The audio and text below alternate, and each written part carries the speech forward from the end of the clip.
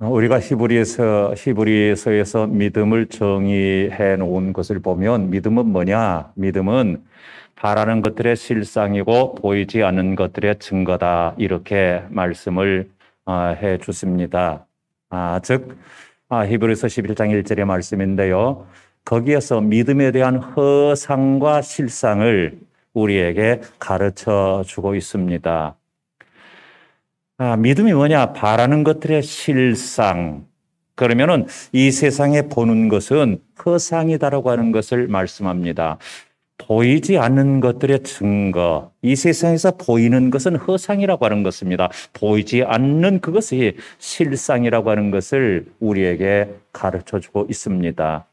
우리가 신앙생활하면서 조심해야 될 것은 뭐냐면 그 허상을 우리가 붙들려고 그것을 쫓아가다가 실상을 놓쳐버리는 경우가 없지 않아 있다라고 하는 것입니다. 그래서 우리가 그것을 잘 분별할 줄 알아야 된다. 그러기 위해서 우리가 영안을 가지는 것이 필요하겠지요. 여러분 혹시 위근호라고 하는 말을 들어보셨습니까? 위근호라고 하는 것은 16세기에서 18세기경에 프랑스에서 개신교 활동을 했던 개신교도들을 가리켜서 위구노라고 그렇게 불렀습니다. 칼빈의 신앙을 전수받아서 그 신앙을 계승하고자 하는 개신교도들이죠. 그런데 그들은 당시 프랑스 황제의 그 통치에 의해서 대단한 도전을 받을 수밖에 없었습니다.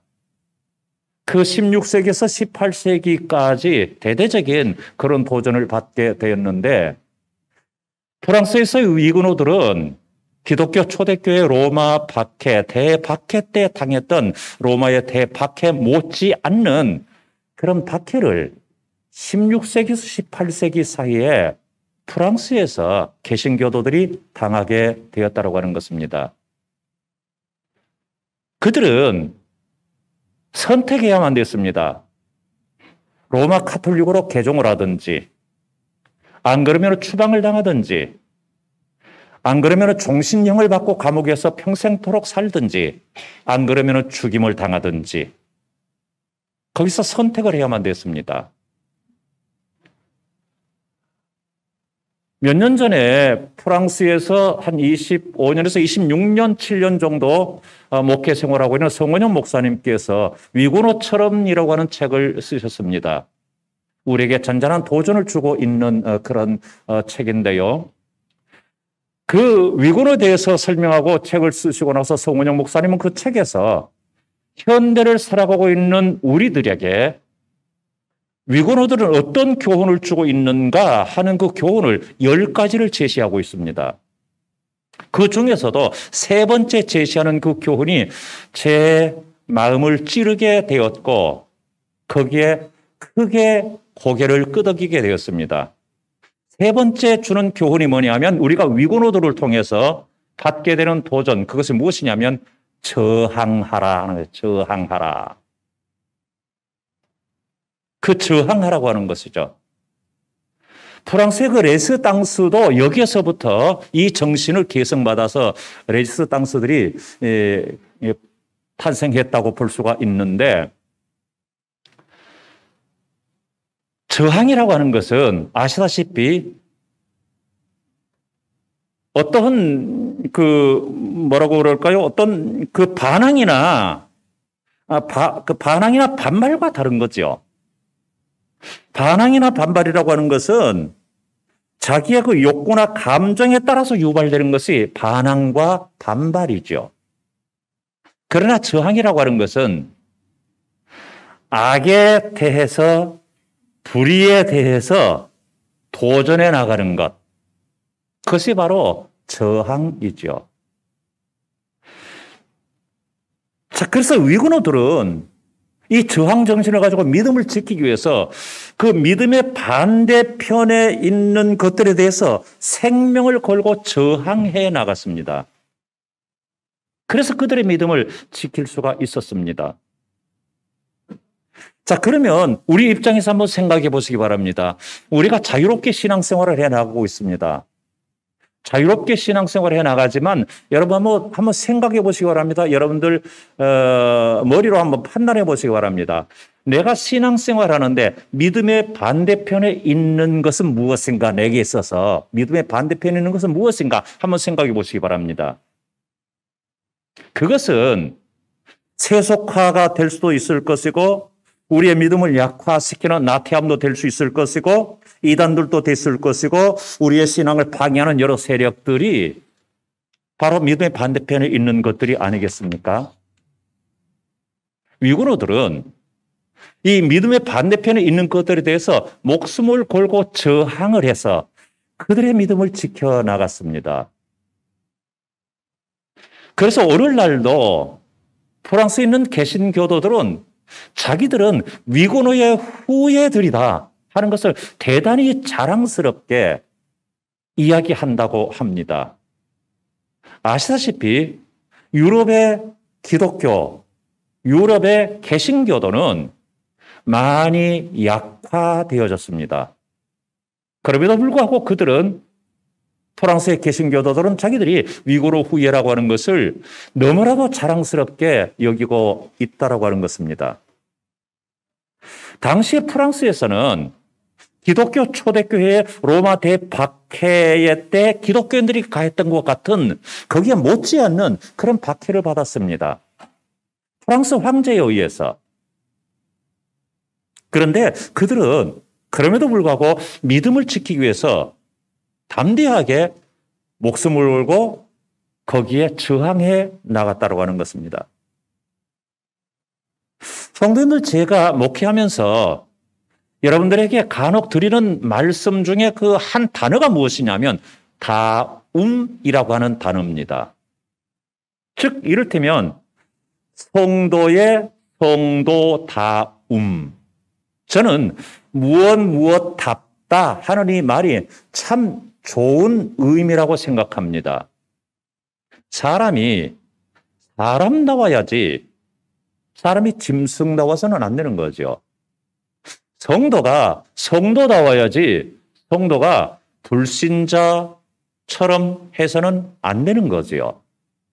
그래서 그 다움이라고 하는 것이 대단히 중요하고 대단히 참 좋은 것이라고 생각하는데, 그러면 성도의 성도다움은 무엇일까요? 예수님께서는 공생애에서 메시지를 선포하면서 가장 처음에 선포했던 메시지가 무엇입니까? 특별 새벽 기도 때 말씀드린 대로 팔복이지요. 심령이 가난한 자는 복이 있나니, 이렇게 시작하는 그 팔복을 가장 먼저 하셨지요. 그것이 마태복음 5장에 나타나는 거죠. 그리고 그 이후에 나가면서 보면 주님께서는 이어서 어떤 말씀을 하고 있느냐 하면 너희는 세상의 소금이다. 너희는 세상의 빛이다. 이 말씀하고 있단 말이죠. 그것이 바로 성도다라고 하는 것입니다. 그러면 성도가 성도다우려면 어떻게 해야 될까요? 말 그대로 소금으로 살아야 되는 것이죠. 빛으로 살아야 되는 거죠. 그것이 성도다운 것이죠. 만약에 소금이 짠맛을 잃어버린다면 그것은 소금답지 않은 것이 아니라 소금이 아닌 거지요. 빛이 불을 밝히지 못한다면 그것은 빛답지 못한 것이 아니라 빛이 아닌 거지요. 조금 더 도전적으로 말씀드리자면 성도가 그리 살지 못한다면 그것은 성도가 아닌 거죠. 사실 성도가 이렇게 소금으로 존재한다라고 하는 것, 빛으로 존재한다라고 하는 것은 쉬운 일은 아니죠. 그러나 주님께서는 이 말씀을 하시고 결론적으로 우리가 잘 아는 말씀을 덧붙여서 결론을 내려주고 계시는데, 마태복음 5장 16절에서 하반절에서 이렇게 말씀하시죠.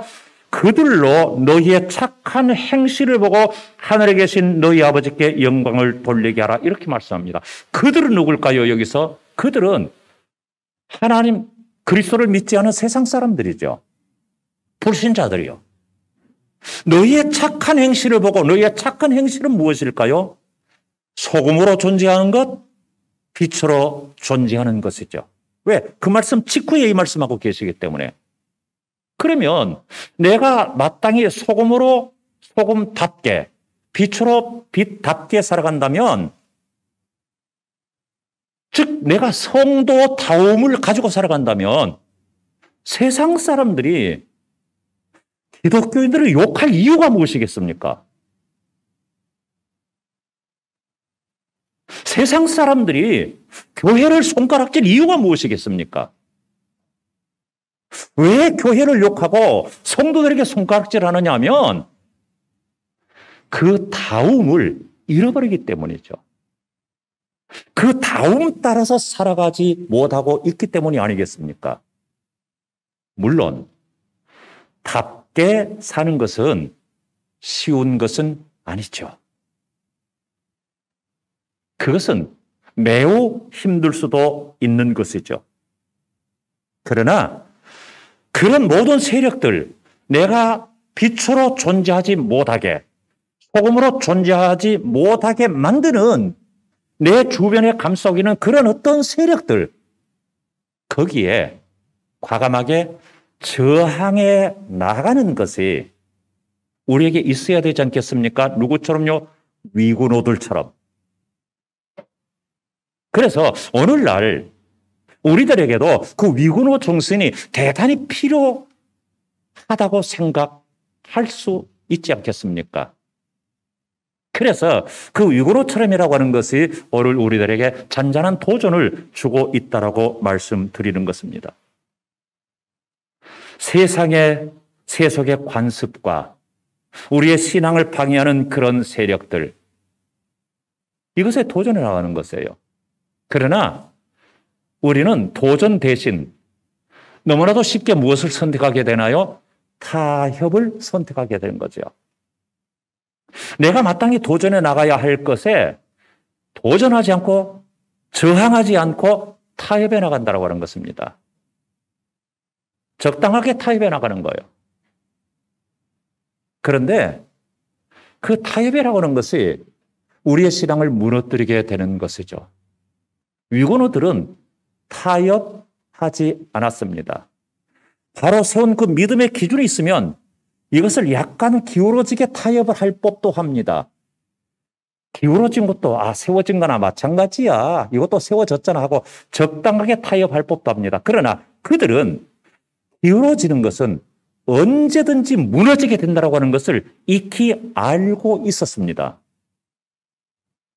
그렇기 때문에 그들은 기울어지는 것과 타협하지 않고 올바르게 세워져 있지 않는 그 어떤 것들에 저항해 나갔다고 하는 것입니다.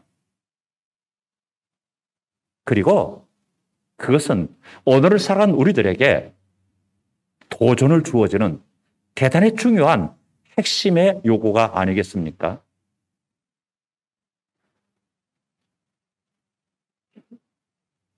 오늘 본문에 보면 서만학교에 주시는 말씀, 지난번에 1절부터 7절까지 해서 에베소 교회에 주시는 말씀입니다. 오늘은 두 번째 교회로서 서만학교에 주시는 말씀입니다. 지난 시간에 아시아 7교회라고 하는 것을 7이라고 하는 완전수를 말씀을 드리면서 그것은 모든 교회에 주시는 말씀이다. 시대를 초월하고 환경을 초월해서 모든 교회에 주시는 말씀이라고 하는 것을 말씀을 드렸습니다. 그렇다면 이 서만학교회에 드리는 말씀, 서만학교회 사자들에게 편지하라는 이 말씀 역시 오늘 우리들에게 주시는 말씀이 아니겠습니까? 서만학교회는 요한계시록 아시아 7교회 중에 책망이 없는 교회로 알려지고 있습니다. 책망이 없는 교회가 두 교회 있죠. 오늘 본문의 서만학교회와 그리고 빌라델비아 교회가 책망이 없고 칭찬만 있는 교회로 알려지고 있습니다. 당시 서만학교회에서는 다른 교회들과 마찬가지로 로마 박해에서 황제 숭배를 강요당하고 있습니다. 박해도 있었고 황제 숭배를 강요당하고 있고, 그런데 설상가상 그것만 있었던 것이 아니라 유대인들로 인한 핍박, 해방을 지극히 많이 받고 있었습니다. 왜냐하면 서머나라고 하는 도시에는 유대인들이 대단히 많이 살고 있었다고 합니다. 그런데 오늘 본문 말씀 보니까 그런 유대인들을 가리켜서 이렇게 말씀하고 있습니다. 9절에서 말씀하고 있는데요. 9절을 주목해 보시기를 바랍니다. 내가 내 환난과 궁핍을 알거니와 실상은 내가 부유한 자니라. 자칭 유대인이라 하는 자들의 비방도 알거니와 실상은 유대인이 아니요 사탄의 회당이라. 여기서 실상은 하는 말씀을 두 번이나 반복해서 말씀하고 있습니다. 당시 기독교인들은 기독교인이라고 하는 것 때문에 대대적인 박해를 받았습니다. 그리고 유대인들도 아울러서 싸잡아 박해를 받았기 때문에 유대인들에게는 어떠한 마음이 작용했느냐면 우리는 기독교인이 아닌데 그래서 기독교인이 아님을 입증하기 위해서 덩달아 기독교인들을 고소하고 기독교인들을 핍박하고 기독교인들을 해방하게 되었습니다. 주님께서 이렇게 말씀하신 적이 있습니다. 요한복음 14장 6절 말씀 보면 우리가 암송하는 잘 아는 말씀이죠. 예수께서 이르시되 내가 곧 길이요 진리요 생명이니 나로 말미암지 않고는 아버지께로 올 자가 없느니라. 주님께서 말씀하십니다. 내가 곧 길이요 진리요 생명이다. 이렇게 말씀하십니다. 자, 그렇다면 내가 곧 길이고 내가 곧 진리고 내가 곧 생명이니까 길 되시고 진리 되시고 생명 되신 그 주님과 함께 할 때 거기에 길이 있고 거기에 진리가 있고 거기에 생명이 있지 않겠습니까? 그렇다면 그 주님과 함께 하지 않는 것은 길 같으나 길이 아니고 진리 같으나 진리가 아니고 생명 같으나 생명이 아니지 않겠습니까? 여기서 말하는 같으나 하는 이것이 바로 허상이라고 하는 것입니다. 같으나 실제는 아니다 그 말이죠. 길처럼 보이지만 길이 아니다라고 말이죠. 진리처럼 보이나 진리가 아니다라고 말이죠. 생명처럼 보이나 생명이 아니다라고 말이죠. 그 같으나 그처럼 이것이 허상이라고 하는 것이죠. 예수님 아닌 그 어떠한 길도 그건 허상이라고 하는 것이죠. 왜? 주님이 길이니까. 예수님이 아닌 다른 것에 진리가 있는 것이 허상이지요. 예수님이 진리니까. 예수님 아닌 다른 데서 생명을 찾고자 하는 그 생명이 있다고 하는 그것이 허상이죠. 왜냐하면 예수님이 생명이시니까. 그러므로 예수님 안에 참된 실상이 있다라고 하는 것을 우리가 깨닫게 됩니다. 지금 서문학교회는 환난을 당하고 있습니다. 그러면서도 궁핍한 가운데 있습니다. 그러나 주님께서 그 내면을 들여다보시니까 겉으로는 환난을 당하고 궁핍해 보이지만은 그 내면의 깊숙한 곳에 들여다보니까 실상은 뭐라고요? 부유한 자들라고 말이죠. 본문에는 두 가지 실상과 허상을 말씀하고 있습니다. 다시 한번 구절을 주목해 보시기 바랍니다. 내가 내 환난과 궁핍을 알거니와 실상은 내가 부유한 자니라. 자칭 유대인이라 하는 자들의 비방도 알거니와 실상은 유대인이 아니요 사탄의 회당이라. 이렇게 말씀하고 있습니다. 자, 두 가지요. 첫째로는 서문학교회 자체에 관해서 말씀하는데 그 허상은 뭐냐면 내 환난과 궁핍함. 이것은 현실 속에서 그들이 당하고 있는 거예요. 그런데 주님 보시니까 이것은 허상이더라고 말이죠. 주님 보시니까 그들의 실상은 뭐냐 하면 내가 부유한 자니라. 이렇게 말씀하시는 거예요. 예를 들면 이렇게 하면 우리가 쉽게 예를 들어 봅시다. 재벌 회장이 있어요. 재벌 회장이 사실 그 재산이 그 기업의 이 가치가 아니라 재벌 회장 개인의 재산이 수조 될 수 있지 않겠습니까? 수조의 재산을 가지고 있어요. 언제든지 현금화할 수 있는 거예요. 그런데 그 재벌 회장이 언제든지 현금화될 수 있는 수조를 가지고 있는 재벌 회장이 누더기 걸치고 시장에 간다고 해서 그 누더기에 걸친 모습이 실상이겠습니까? 그건 허상이지요. 실상은 뭐예요? 누더기가 아니라 그는 수조를 현금화할 수 있는 재벌 회장이라고 하는 것이 실상이지요. 이것이 바로 서만학교회와 같다라고 하는 것이죠. 너희들의 환난, 궁핍, 허상이야. 환난과 궁핍, 너희들이 환난을 당하냐? 왜 허상이냐면 금방 지나간다라고 하는 것입니다. 여러분 2022년 들어서 한 달 벌써 지나버렸어요. 그러면은 2022년도 금방 가버릴 거예요. 우리 인생도 금방 가버리잖아요. 눈 몇 번 깜짝하면은 여러분들이 즐겨 듣기 싫어하시는 말씀이지만은 몇 번 눈 깜빡거리면 우리 금방 임종받게 된다고요. 이것이 우리들의 모습이에요. 그런데 서만학교회 교인들이 당하는 그 환난은 그래봤자 10일이에요, 10일. 열흘 정도밖에 안 된대요. 우리가 한 달로 금세 이렇게 지나버리는데 열흘밖에 안 된다 그 말이죠. 열흘이면은 금방이잖아요. 일주일에서 3일만 얹으면은 그게 열흘이잖아요. 금방이란 말이에요. 그러니까 얼마나 빨리 지나가기는 그러므로 허상이다라고 하는 거죠. 실상은 영원한 것이니까. 이렇게 말씀하고 있습니다. 자, 이것이 서만학교회의 허상과 실상이고요. 그 다음에 유대인들에 대한 허상과 실상을 말씀하고 있습니다. 유대인들의 허상은 뭐냐? 자칭 유대인. 나는 유대인이다. 우리는 유대인이다. 그게 허상이다 그 말이죠. 실상은 뭐냐? 사탄의 회당이라고 말이죠. 왜 이럴까요? 성경에서 말씀하고 있는 대로 양의 탈을 쓴 일이라고 하는 거예요. 양의 탈을 쓰고 있으면은 양처럼 보여요. 그러나 그에게 양이라고 하는 것은 허상일 뿐이에요. 그 실상은 뭐요? 일이지요. 유대인들은 사실 하나님의 그 언약을 이어가는 사람들이에요. 유일하신 하나님의 언약을 이어가고 그 하나님의 영광을 드러내야 되는 사람들이에요. 그런데 그들은 하나님을 도전하고 아울러 하나님께서 하시고자 하신 일을 회방하는, 그래서 사탄의 회당인 것이죠. 현재 그들의 실상은 그렇더라 그 말이죠.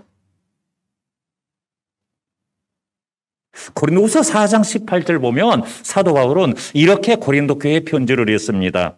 우리가 주목하는 것은 보이는 것이 아니요 보이지 않는 것이니 보이는 것은 잠깐이요 보이지 않는 것은 영원함이라, 이렇게 말씀하고 있습니다. 고린도 교회에서 현실적인 문제 때문에 너무나도 복잡했습니다. 너무나도 시끄러웠습니다. 네가 많이 가졌느니 내가 많이 가졌니, 네가 잘났니 내가 잘났니, 네가 많이 먹어야 되니 내가 많이 먹어야 되느니, 세상 사람들과 똑같아요.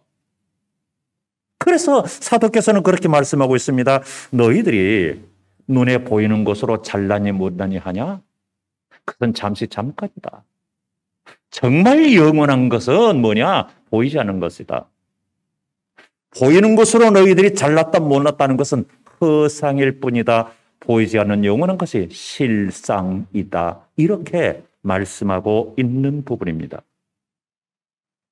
그뿐만 아니라 히브리서 11장 3절 말씀 보면 믿음에 대해서 이야기하면서 이렇게 말씀합니다.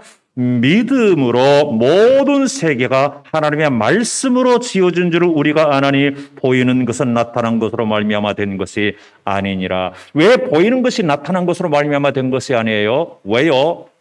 세상 만사가 무엇으로 지어졌기 때문에? 말씀으로 지어졌기 때문에. 세상 보이는 것으로 보이는 것을 창조한 것이 아니라 보이지 않는 말씀으로 보이는 현상을 창조하셨기 때문에 보이는 것은 사실상 허상이라고 가르쳐주고 있습니다. 보이지 않는 말씀이 실상이라, 말씀이 실상이라고 말이죠. 그래서 보이는 것은 나타난 것으로 말미암아 된 것이 아니다 그 말이죠. 말씀으로 되었단 말이죠. 믿음으로 그렇게 한단 말이에요. 말씀을 믿는 믿음으로 그렇게 안다라고 하는 거죠. 지금 서만학교회에 하시는 말씀도 이런 관점에서 말씀하고 있는 부분입니다. 말씀드린 대로 서만화는 황제 숭배의 중심지였습니다. 인구는 한 20만 명 정도 됩니다. 여러분, 우리 춘천 인구가 몇 명 정도 돼요? 춘천 시내와 춘성군 옛날에 합해져 있는 그 인구가 약 28만에서 30만 정도. 그렇게 되죠, 현재? 많이 잡아야 30만이란 말이죠. 그러면 춘천 시내 인구만 하면 한 20만 정도 밖에 안 될 거라고 생각돼요. 나머지 10만 정도 본다면. 그러면 춘천 시내, 춘천과 크기가 같다 그 말이죠. 당시에 20만 인구라면 대단한 거다 말이죠. 그렇게 많은 인구를 가지고 있었습니다. 왜요? 서머나라고 하는 도시가 풍요로운 도시였어요. 그러니까 사람들이 모여드는 것이죠.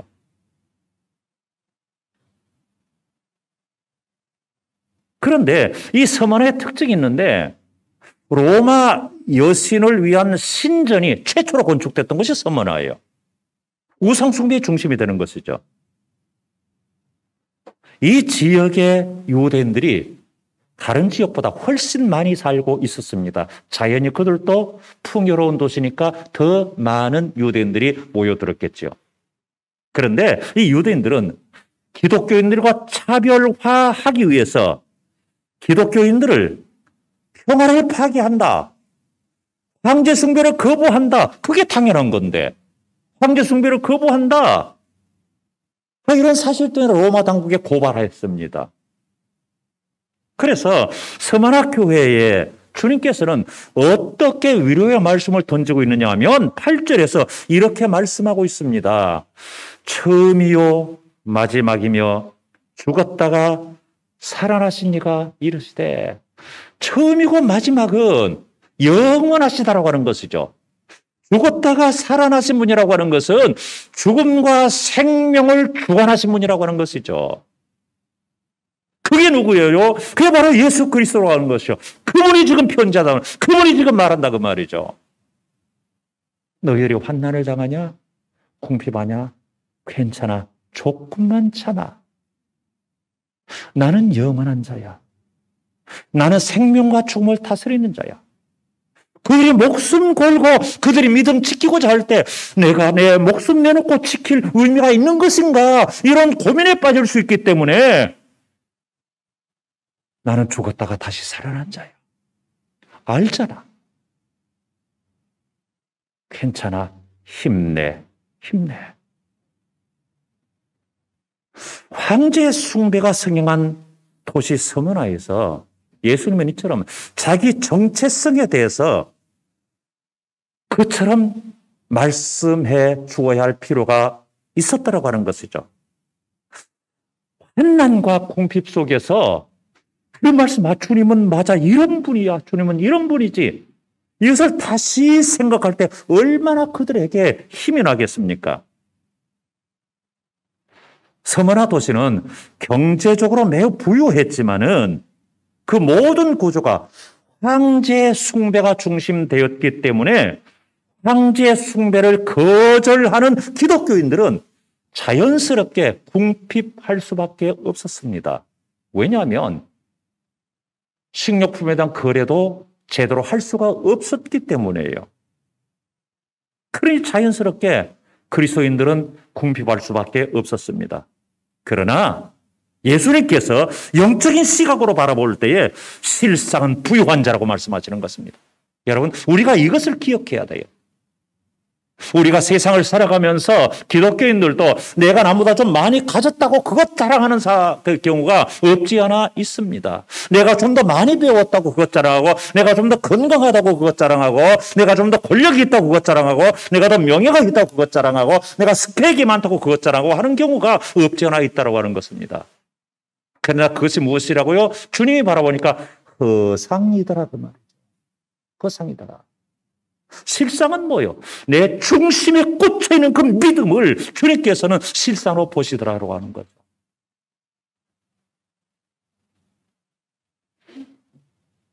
이렇게 서머나 공동체 교회에 다른 또 하나의 어려움이 말씀드린 대로 유대인들의 회방이었는데, 이들은 유일신을 믿는 하나님이잖아요. 그런데 유대인들은 도리어 그 하나님과 그 백성들을 모독하고 있다고 하는 것입니다. 그래서 주님은 그들을 선민 언약을 이어갈 유대인들이 아니라 사탄의 회당이라고 지탄을 하고 계시는 것입니다. 여기서 말하는 유대인이라고 하는 것은 언약의 축복의 유업을 그대로 순전하게 이어가는 사람들을 일컫는 표현입니다.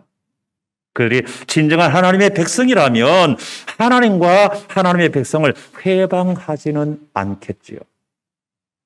그리고 더 나아가서 주님은 현재의 환난과 궁핍을 넘어서 또다시 엄습할 고난에 대해서 두려워하지 말고 끝까지 충성하라고 말씀하시는데 10절 하반절에서 이렇게 말합니다. 뭐라고 요구합니까? 죽도록 충성하라 말씀하십니다. 지금 이들은 견딜 수 없이 힘든 가운데 있단 말이죠. 환난을 당하고 있단 말이죠. 먹을 것도 제대로 못 먹고 있단 말이죠. 그런데 요구가 너희들이 부유해질 것이다. 내가 위로하겠다. 조금만 참아라. 이렇게 말씀하시는 것이 아니라 그런 가운데는 그들에게 죽도록 충성하라 말씀하신단 말이죠.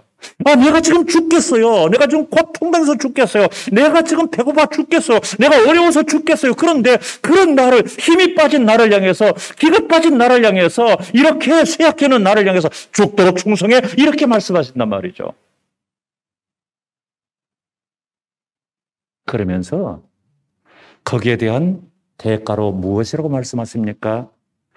그리하면 생명의 관을 너에게 주리라. 사도 바울은 그렇게 고백했어요. 순교당하기 전에 자기가 죽을 줄 알면서도 정말 온 인생을 다 걸어서 이방 선교로서 애썼지만 그는 결국 순교당하고 많은 인간적으로 생각할 때 이 비극적인 자기 자신을 이렇게 결론을 내렸습니다.